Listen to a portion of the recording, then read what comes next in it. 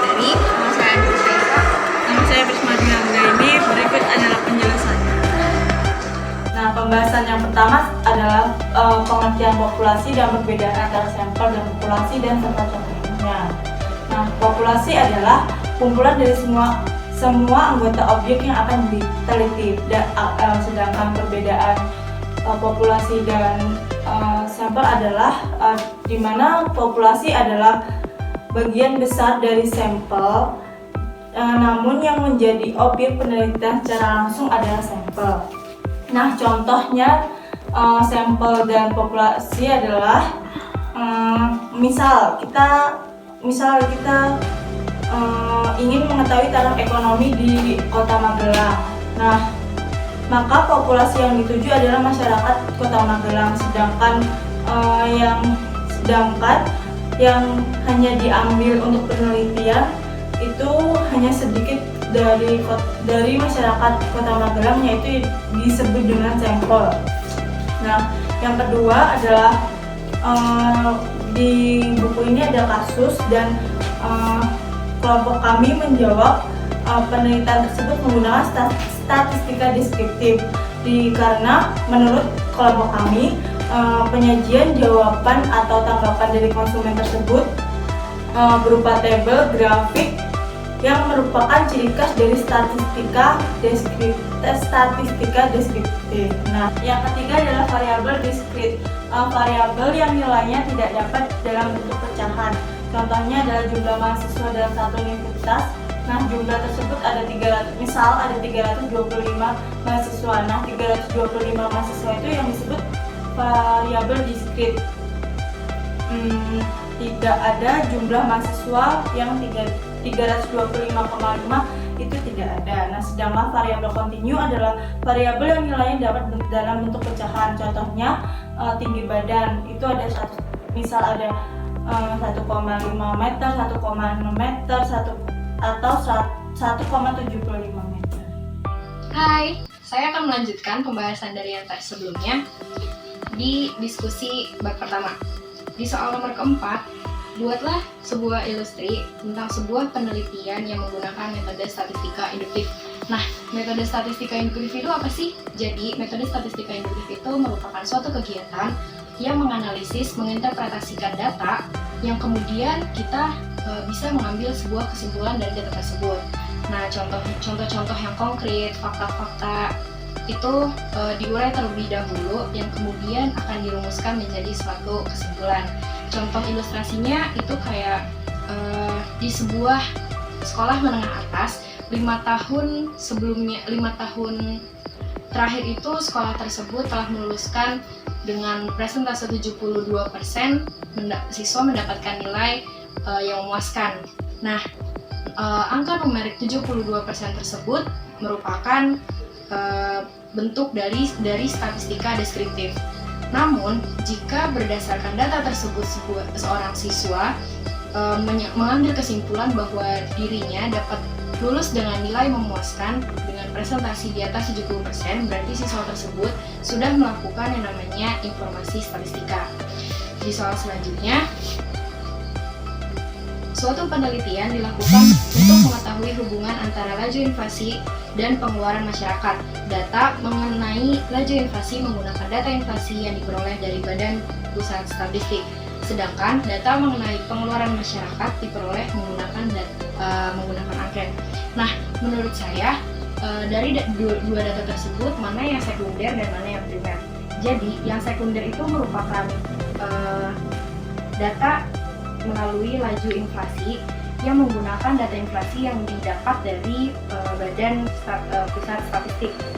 Itu merupakan data yang sekunder, sedangkan data yang primer merupakan pengeluaran masyarakat yang diperoleh menggunakan angket. Selanjutnya, saya akan menjelaskan tentang data interval, nominal, ordinal, dan juga rasio. Data interval itu apa sih? Data interval merupakan data kuantitatif yang mempunyai titik jarak yang sama dan tetap antara titik yang satu dengan titik yang lainnya menggunakan skala pengukuran. Contohnya seperti suhu dalam ruangan. Suhu dinyatakan dalam bentuk Celcius. Itu merupakan data interval. Yang selanjutnya adalah data rasio. Data rasio adalah data kuantitatif yang mempunyai titik nol, dan rasio antara dua nilai tersebut itu bermakna. Contohnya seperti harga yang dinyatakan dalam rupiah. Jadi sebagai contoh, rumah seharga 200 juta itu berarti 2 kali lipat lebih mahal dari rumah seharga 100 juta rupiah. Itu merupakan data rasio. Selanjutnya adalah data nominal. Data nominal merupakan data kualitatif yang dikelompokkan ke dalam beberapa kategori. Contohnya seperti pengelompokan data jenis kelamin, data perempuan, dan juga data laki-laki. Selanjutnya data ordinal. Data ordinal merupakan data kualitatif yang dikelompokkan ke dalam suatu ukuran. Nah, contoh dari data ordinal ini kayak pendidikan nih. Pendidikan itu kan dinyatakan dalam jenjang, kayak jenjang sekolah dasar, jenjang sekolah menengah pertama, jenjang sekolah menengah atas, dan juga perguruan tinggi. Itu merupakan jenjang-jenjang dari data ordinal. Nah, sekian dulu nih penjelasan dari saya. Cek video selanjutnya. Halo, saya di sini akan membahas lanjutan soal ya, statistika bisnis bab 1 dari nomor 7 sampai dengan 10. Langsung aja, nomor 7 itu pertanyaannya, jelaskan perbedaan antara data kualitatif dan data kuantitatif serta berikan contohnya masing-masing. Data kuantitatif adalah fakta atau angka atau hasil pengukuran yang memiliki satuan dan nilai nol adalah absolut. Biasanya data kuantitatif dinyatakan dalam skala numerik. Contohnya kayak derajat Celcius, 24 derajat Celcius, terus 4 kilogram, 2 meter. Nah, data kuantitatif sendiri terbagi menjadi dua, yaitu data interval dan data rasio. Data interval sendiri itu sifat datanya dapat dibandingkan. Misalnya suhu udara. Jadi suhu udara antara satu daerah dengan daerah lainnya. Lalu yang kedua ada data rasio. Data rasio di sini sifat datanya dapat dilakukan operasi matematis kayak perkalian, pembagian, dan lain sebagainya. Contohnya itu ada pendapatan sama berat badan dan tinggi badan. Lalu selanjutnya jenis data yang kedua, data kualitatif adalah fakta atau angka atau hasil pengukuran yang tidak memiliki satuan dan nol bukanlah absolut. Biasanya dinyatakan dalam ukuran kategori. Data kualitatif sendiri terbagi menjadi dua juga. Yang pertama ada data nominal dan data ordinal. Data nominal sifat datanya bisa diklasifikasikan. Contohnya data jenis kelamin dan data warna favorit. Jadi data tersebut cuma bisa diklasifikasikan, nggak bisa diurutin atau nggak bisa diurutin kayak tingkatnya lebih baik yang mana atau lebih bagus yang mana, itu nggak bisa. Jenis yang kedua ada data ordinal. Nah, data ordinal ini sifat datanya bisa diurutkan. Seperti contoh tingkat pendidikan misalnya.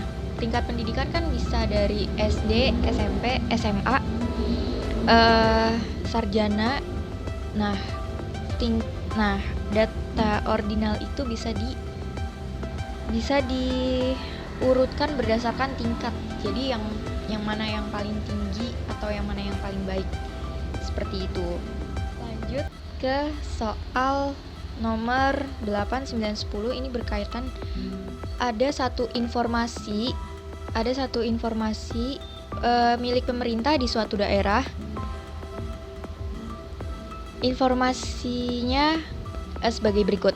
Yang A ada jumlah penduduk, yang B ada data pendapatan per kapita, yang C ada data pertumbuhan ekonomi, yang D ada laju inflasi, yang E ada tingkat pendidikan aparat, yang F ada data suhu udara rata-rata. Yang nomor 8 itu disuruh nyebutin yang mana data kualitatif. Data kualitatif itu yang E, yaitu tingkat pendidikan aparat. seperti tadi yang saya jelaskan, tingkat pendidikan itu masuk ke kualitatif dan masuk ke data ordinal. Yang nomor 9 ada sebutkan yang mana aja data diskrit. Data diskrit itu yang A. Data diskrit itu dia udah seperti di penjelasan yang awal, data diskrit itu nggak bisa dalam bentuk pecahan. Nah, kalau jumlah penduduk kan otomatis orang ya, nggak mungkin jumlah orang itu 2,5. Yang nomor 10 yang terakhir data kontinu. Data kontinu itu sisanya dari yang tadi ya, berarti yang B, C, dan D. Yang B itu pendapatan per kapita, yang C itu pertumbuhan ekonomi, yang D laju inflasi, dan yang F suhu udara rata-rata. Sekian pembahasan nomor 7 sampai dengan 10. Oke, cukup sekian. Bye-bye. Sekian penjelasan dari kelompok kami, semoga bermanfaat. Kurang